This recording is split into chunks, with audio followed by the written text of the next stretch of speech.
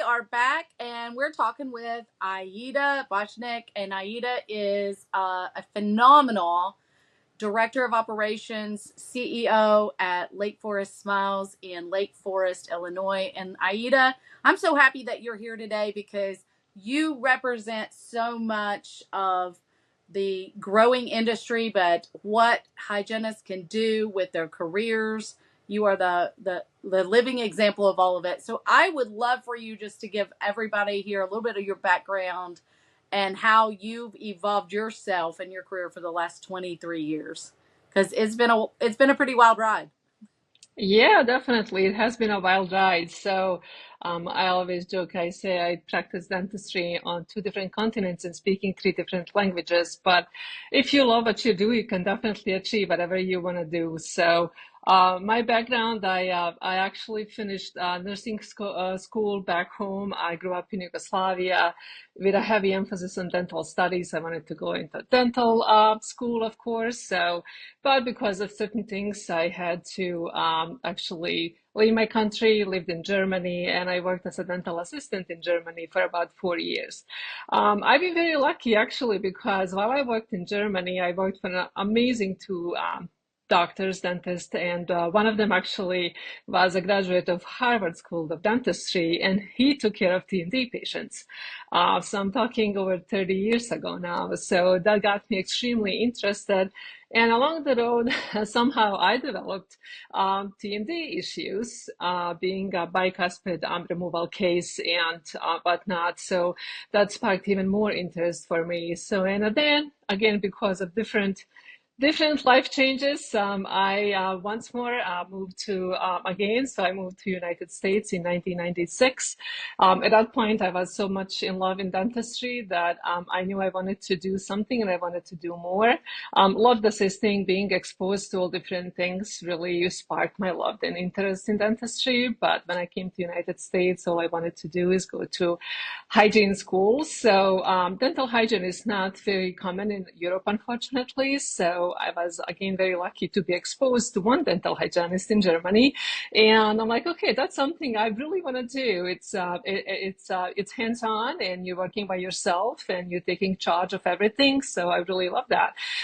So as soon as I learned some English, took my prerequisites, and was able to get into hygiene school. Thank goodness.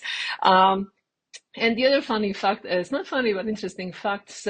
I lived here in Lake Forest and will take long walks with my husband. And there was always this dental office that I will go around and peek through the windows, and everything looked like just so beautiful. I'm like, oh my gosh, this is the place where I want to be. So, interestingly enough, after I finished hygiene school, um, I happened to work with one of the hygienists at a different in a different dental office, and she's like, "Give me your resume," and she took my resume to Lake Forest Smiles, and Wow. that's what happened. I got into just like only like as soon as I got my license, actually, I was able to I went for an interview, and ever since then I've been at Lake Forest Smiles since 2001. So there you That is have it. so exciting. Like that's such Yeah, a godsend kind of journey that got you to the place that's your career and where you yeah, want to be and where what all you've been doing there. So you've been a hygienist for all these years. You started off yes, in Lake Forest Smiles as a dental hygienist, yes. but you said you were on this TMD journey as well. So show me how Yeah. all that kind of started mixing together at Lake So, Forest. yeah, anyhow, at that point when I started my job at Lake Forest Smiles as a dental hygienist, I was experiencing a lot of TMD issues, and again, being a bicuspid removal case, with all everything that was going on. Again, I was actually lucky to be in an office where at that time Dr. Campbell, who just retired, and Dr. Schmidt actually were taking on TMD cases. I was one of their first TMD cases, and So it's been a long journey, but they were able to help me, especially Dr. Schmidt. So being a TMD case, we all know that that's very much connected with sleep apnea and also with myofunctional therapy as well. So I have to say at this point, I'm totally pain-free, no more headaches. I sleep very well. I test myself, and during my journey, we actually created spaces for my missing bicuspids, and now I don't miss any more teeth, so they've been replaced, and now I have this big, beautiful smile instead of little tiny mouth. So that also. So that is my TMD journey, and also journey of Lake Forest Smiles. Like I said, I was one of the first patients, and pretty involved. Like when I used to eat lunch in our break room, we would eat lunches together. Everybody would hear my jaw joint click and pop. And then when it got to the point where you don't sleep anymore, it's like, okay, you gotta take care of yourself. So, and I'm in a happy place now where everything is taken care of because of the docs at Lake Forest Smiles. And yeah. So, as a dental hygienist, you were having pain and you were going through this personally. So, it kind of started opening your eyes to like the education and the knowledge that you would have to have also to share. You were learning it for yourself, but you were learning it for your patients as well, right? Absolutely. Yes, absolutely. And that's what led me into, at this point, I also do most of the consultations with the MD patients. And because of my journey and my knowledge, what I went through as a patient, and then what I learned throughout my years at Lake Forest Miles, so we take so many continuing education courses, I am able to relate to my patients and help them understand in which ways we can really help them. Before I started doing consultations and whatnot, and just doing hygiene. I was able to recognize those patients immediately as soon as they sit in the chair. You can see their missing bicuspids. You can see their, open airways. There's a TMD issue, and then they click and pop. They wake up with headaches. So those are all your clues that you're like, okay, let's go ahead and have a consultation. Sure. And I have to say, at this point, we've been able to help so many patients get back to happy life. Yeah. So you were doing dental hygiene. You started learning all this TMD. Started learning sleep, myofunctional therapy, and how did you get from being a hygienist to moving into I'm doing consults and selling dentistry and helping people get better?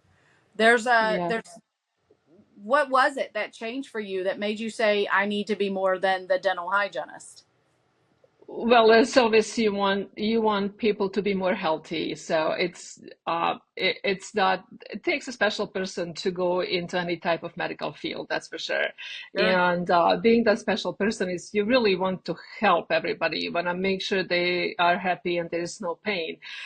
So my first, actually, when I wanted to step out of hygiene, that I figured out I can help more than just doing hygiene. And don't get me wrong, I love my hygiene, and that was always my first love. But seeing little children at the time, I'm talking now 15 to 20 years ago, more than 15, more than like 20 years ago, seeing children relapse from orthodontic treatments.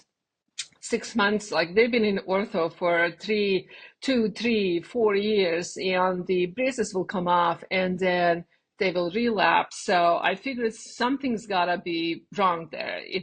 What is it? Right. That's what sparked my interest into myofunctional therapy, and all those people who are mouth breathers and whatnot. So that's how my journey started, where I started taking classes wherever I could. My first myofunctional class was actually, I just was looking for somebody who is coming to Chicago, and it was very hard. Many people now, even to this day, don't understand myofunctional therapy, but 20 years ago, it was very hard to find somebody that you can learn from. So one of the instructors was coming to Chicago, and actually was 5 or 6 of us in a hotel room learning as much as we can about myofunctional therapy. And Wow. yeah, and then after that, it was just like a rabbit hole. But on the other hand, I was extremely lucky again to be in an office that understood myofunctional therapy and what I was talking about and different ways we can help patients besides only cleaning their teeth. Right. So luckily, Dr. Campbell and Dr. Schmidt, I remember one day after I think they had no idea. I finished that course on my own, and just because I wanted to understand more about why is tongue so important in movement of the teeth and everything. So I came back to the office and I'm like, how would you feel if you have at that time myologist, it was called myologist, a myologist on team, and both of them, luckily, they knew about it and they were so surprised and so understanding. And they're like, oh my gosh, that'll be so awesome. So, and then I became a traveling myologist. So I will have my minivan and everything. And I remember having a first generation iPad actually with me, making my schedule and Right. traveling from patients' homes. At that point, it was mainly children. Yep. Uh, Mainly children, because not many people were making connection between sleep apnea and TMD and myofunctional therapy. So that was great, and then yeah, so that was the road to myofunctional therapy. And then the more we learned, so I traveled the country on my own just because it's a rabbit hole, and Yes. started learning more about how actually myofunctional therapy, how TMD and sleep are impacted by myofunctional disorders. So I just started learning more and more. And along the way, I became also certified in dental sleep medicine for dental hygienists. And then Dr. Schmidt is the one who predominantly was taking care of TMD patients. And of course, thanks to Holly, who recognized all what I understand and how much I've learned about it. So then I've been asked to do all the consultations. So there That's you awesome. go. So basically, as a dental hygienist, you took charge of your career. You knew Yes. that there was more, there was more, there was more, and cleaning teeth wasn't going to be enough. And any dental hygienist could pick up and start being self-driven to learn all the education, just start being curious for themselves, right? Like Yes. that's what we try to encourage people is to be curious. You control your career, right? You get to be the Abs- boss of where you want to go and how much knowledge you want to get, but you have to be curious about this. And I think oh, that's one of the absolutely. biggest pieces for you is you've been curious all this time. Is Oh, absolutely. you knew if I learn it, now what am I going to do with it? So having that energy to overcome sometimes the obstacles of, I'm not sure how to implement this, or if the team's not totally on board, you've been able to have that resilience and that ability to overcome all of that for all these years, for 23 years easily, right? Yeah. Yeah. So Yeah. Yeah. so now you all have so you now run it all. You run the show. You love Mayo. You love TMD. You love sleep. We love general dentistry and taking care of patients. How do you how do you implement all of that in a practice after you know so much? How do you get your team on board and engage them to want to learn the things that you learn? So that's a hard Oh. question, I'm sure. It is a long question, but it's a great question. So definitely teaching and bringing all the cases to your team's attention and screening your team and making sure they understand all the disorders that we do have and how to recognize signs and symptoms in every single patient that we have. Um, love hygiene, love cleaning teeth, but airway is saving life.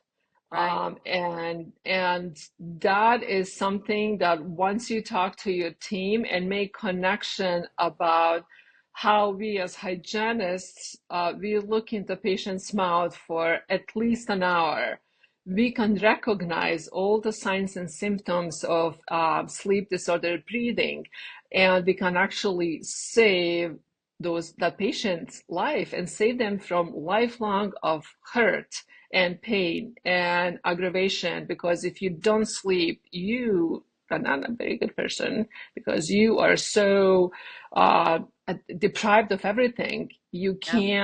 You can't live to your full potential because your body doesn't get that restful night's sleep.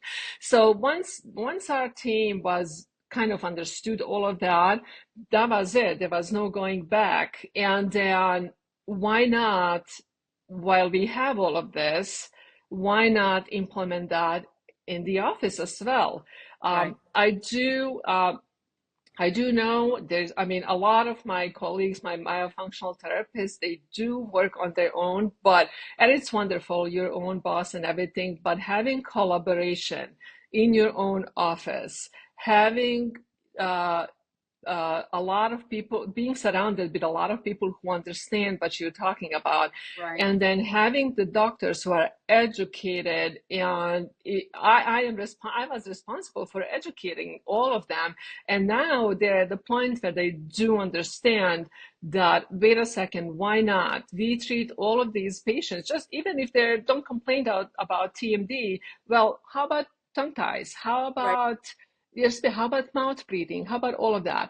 So me having the whole army of my colleagues at work and being able to collaborate, having a CBCT right there, being able to give somebody sleep test, being able to then sit down with everybody else and say, wait a second, maybe help me out here if there's a difficult case, and vice versa. There's not a day where either Dr. Schmidt or now Dr. Hughes, who's been with us for a year, and she's gone through the same training as Dr. Schmidt has gone through. And we sit down, we're like, wait a second, let's take a look at this. And then the community hears that. They know they can come to you, and you can take care of them. So definitely educating your peers, not holding it to yourself, having everybody involved in myofunctional, and then having love for what you do. I think to me is collaborate with everybody trumps being on your own and working that way. Oh, It's just, absolutely. yeah, Yeah. yeah, yeah, So your team, so number one was getting your team screened and getting our team yeah, educated to where they actually understood what these services were. So screenings internally first, training yes, everyone, looking at cases together. That sounds like it's ongoing. That's not a one-time thing. It's yeah, a ongoing training, right? yep. So, one thing that I think that that Lake Forest Smiles does amazing at is how you all do your monthly meetings and how you've created that value and that importance. So I want you to talk a little bit about that because there's going to be so many people who go, we can't do this. I want you to tell us how you do your monthly meetings and why you do them the way that you do them for the purpose of this growth and this training. Oh, absolutely. Yeah, we used to have monthly meetings. We always had monthly meetings, but it was only for maybe 3 hours. And then we decided it's not enough. If we want to have our team go to the next level and really help with everything that we know and educate them, we had to switch to a whole day meeting, and there's no way we can go back now. We all actually look forward to that because there's so much that we discuss. It's we all put our business heads on and everybody's involved. It's not like doctors are telling us to do this or that, but just looking at what we've done in previous months and how many patients we were able to help and how much growth within our team has happened over the past month. It is so wonderful. It doesn't, yes, you shut down the office, you don't see the patients, but it's worth every single penny, definitely. So yeah, our meetings are like at least 8 hours, and we discuss everything. There's nothing hidden. There's every business has its hiccups. We go through those Sure. hiccups. Every business has their own success stories. We love and cherish those. Celebrate everybody in the office, birthdays, anniversaries, anything, you name it, And then we we do learn. it. And Like then you we all learn. Yeah. actually teach each Yes. other and Yeah. pull out equipment and use Yes. equipment and get everybody familiar with everything. That's the Yeah. hands-on portion that becomes so attractive is that you train monthly on the things that need to be trained on?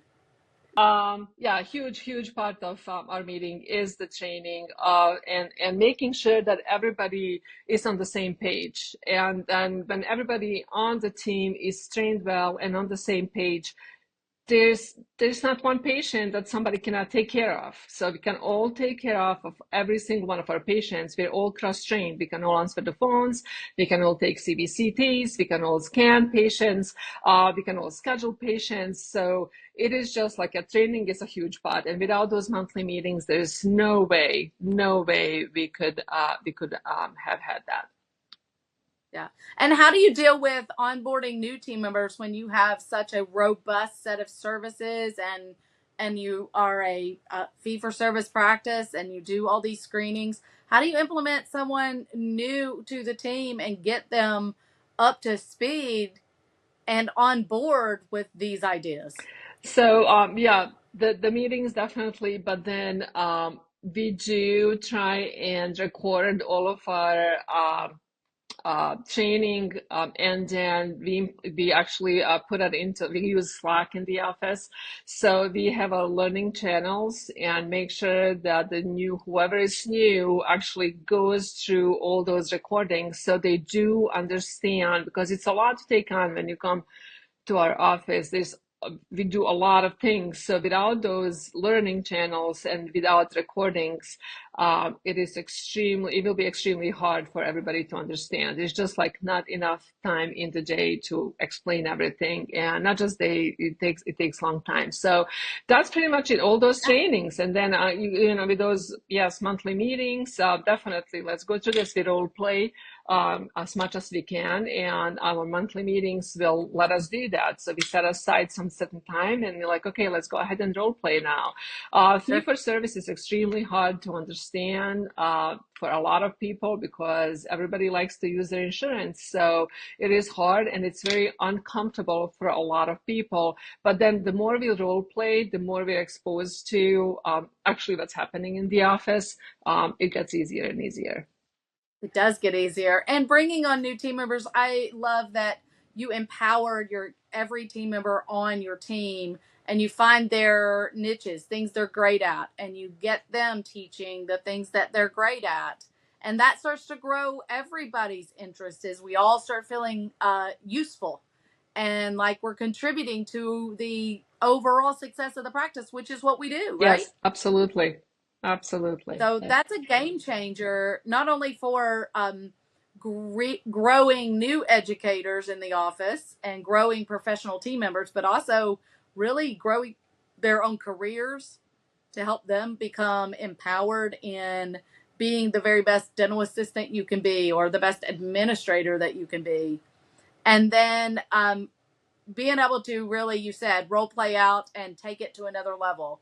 You can start off as a sterile tech in your office and grow to present treatment if you want to, or design and mill crowns, whatever your heart's desire is, because of the way that your culture's set up in the office to empower and train your team members, right? Absolutely. Absolutely. That's it. I think the really right word right there was empower each other to learn more from each other, and everybody will just let it be, let it do your stuff hands on, and then you just fall in love with it, and there's no going back. I have to say, Yeah. longevity in our office is like it just speaks for itself. We have one of hygienists who just it's been with the office for 30 years. I've been there 23 years. We have multiple people who are either 20 or approaching 20 years with the office. Wow. It is Yeah. just, yeah, it's just like because you empower people and they know they can succeed and they're never bored. They're never bored. So, yeah. So now let's get down to hygiene. So if I'm a dental hygienist and I want to learn myofunctional therapy or I have learned it, what are some tips that you really have for implementation? That you have seen it happen so many ways and you've helped so many different myofunctional therapists along the way. You've seen it done on their own, you've seen it done in offices, you've seen a hodgepodge of stuff. What are some common things that you know have to be there for implementation? So again, number one will be, you really want the knowledge. You really love what you're doing. And even though you love hygiene, there's more behind hygiene. So we as hygienists, we're equipped with so much knowledge, and just building up upon that knowledge and seeing how much power we do have um, to actually change people's lives, starting with little babies.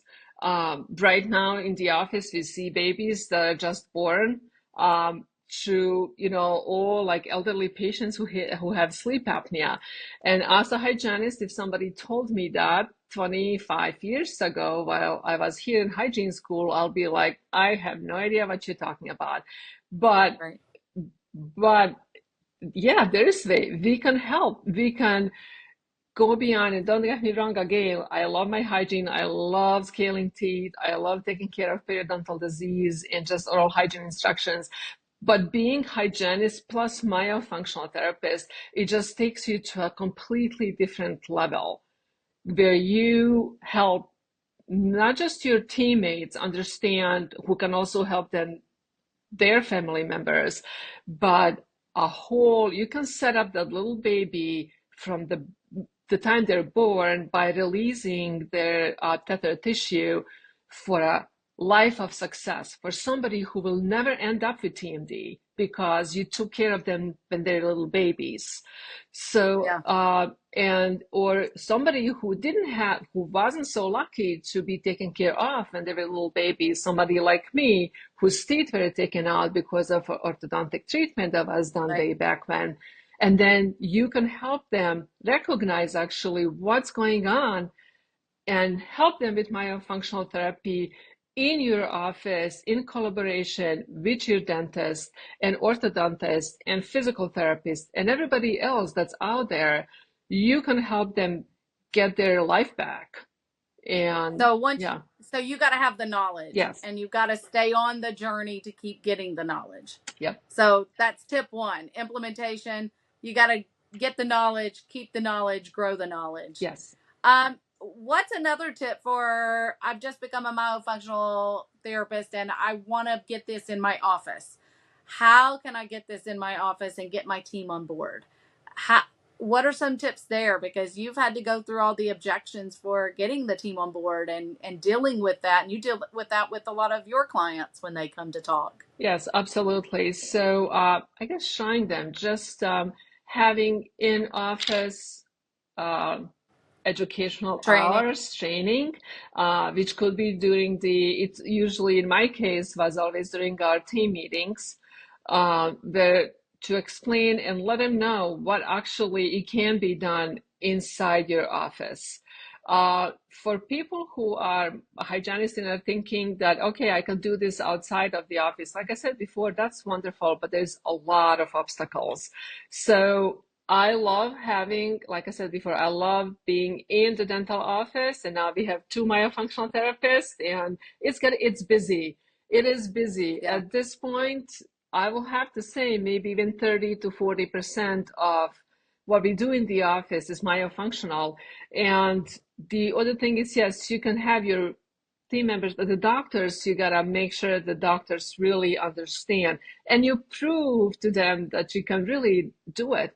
That's really what will help the patients in the end. So just having that, honest talk, sitting down, and you gotta be brave, and you need to make sure that you can, yes, you will overcome obstacles if you learn and know how to um, explain that to your team members, how actually this can help in real life, help them, help their family members. And then once you prove to them, yes, oh my gosh, we all need to do this, then they will be ready to recognize signs and symptoms by the other patients and send those to you as well, even from outside of the office by talking to And somebody then else. Mm-hmm. And then I think one that we have to talk about is systems for success. Like, you come back from a course and you're ready to implement, and ready. Maybe you've got some time to block off to train the team. You've got this knowledge, but there has to be some systems to implement proper protocols, the financial investment, the consents, all the things, and a place to schedule them. Yes. Like, it's not going to be you're going to magically have a full schedule. It's a growing opportunity. So we have to set up some blocks or some roadmaps so that we can achieve this great success. So you have some great systems that you have created for the office, and you've retrained and for with other offices that really help implementation for these things, Yeah. right? Yes, absolutely. So, in my case, I actually went out into community to other just general dental offices, and on my time off, I will make the PowerPoint presentations with my case studies from my office, and I will go over lunch, do lunch and learn if I needed to. I will go to when they have their office meeting. And then once the word got out, they actually would block like 3 to 4 hours in their schedule for me to come and talk, because once they understand importance of myofunctional therapy and how much it can help every single patient in the office, they really want you to explain that to the whole team, and they want to implement that. In my case, Wow. that was the case.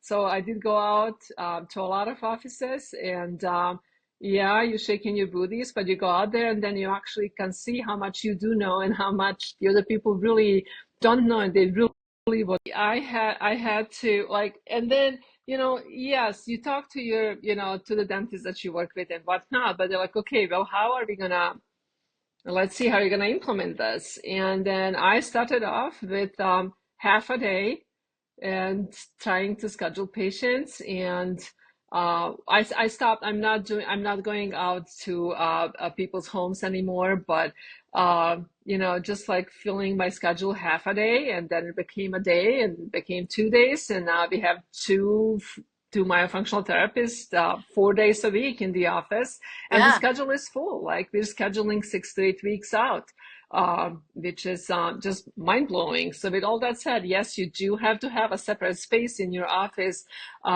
It should not be, and it cannot be your hygiene chair. Instead of maybe it's this. Right. Sometimes maybe yes, you can have that, but I don't. In my office, we're lucky actually with Holly's help, where we converted a front hall closet into a consultation slash myofunctional room, and it's all about probably what, maybe 15 square feet or something like that. But yeah, we made a room. Yeah, but we made a room. Yeah, But you said something smart there. You said don't yeah, use your productive chairs. So your hygiene chairs are not myofunctional yeah, chairs. They're hygiene chairs. They're, restorative chairs. Myofunctional is an add-on. It's a room. It's a way to create yes, added income into your practice, but also grow the services that are right. connected to your philosophy, and help those patients, those kids, those moms, those dads, those elderly patients that need this. So having the systems, and then Yeah. having the space, creating a nice space, and then the schedule is growing the schedule, not wide open shift. We're doing myofunctional therapy, not hygiene. It's been a Yeah. nice layering process to Oh, to absolutely. create I that would avenue not forward. recommend mixing your hygiene and myofunctional therapy in the same day. Absolutely not. Uh, and for any doctors, if any of the doctors listen to this, I would not um, ask of your hygienist to do that. It is way too much. It just doesn't mix well. It's completely different mindset, and a separate space is definitely needed. Like I said, 10 square feet, it's more than enough. We take care of little babies and sleep consultations, DMD consultations, everything Yep. right there. Myofunctional therapy right there. The other thing I did not actually talk about is the way how actually now maybe 70% of my appointments are online. So just me getting out there and going to a lot of conferences, meeting people, speaking at conferences, talking about how to implement myofunctional therapy in your office. I get a lot of referrals now, and so there's sometimes that I never even see the patients, but a lot of it is done online. So it may take a bit of time till you get to that level, but it's absolutely possible. Patients who, you require, like, they're in school, they work and whatnot.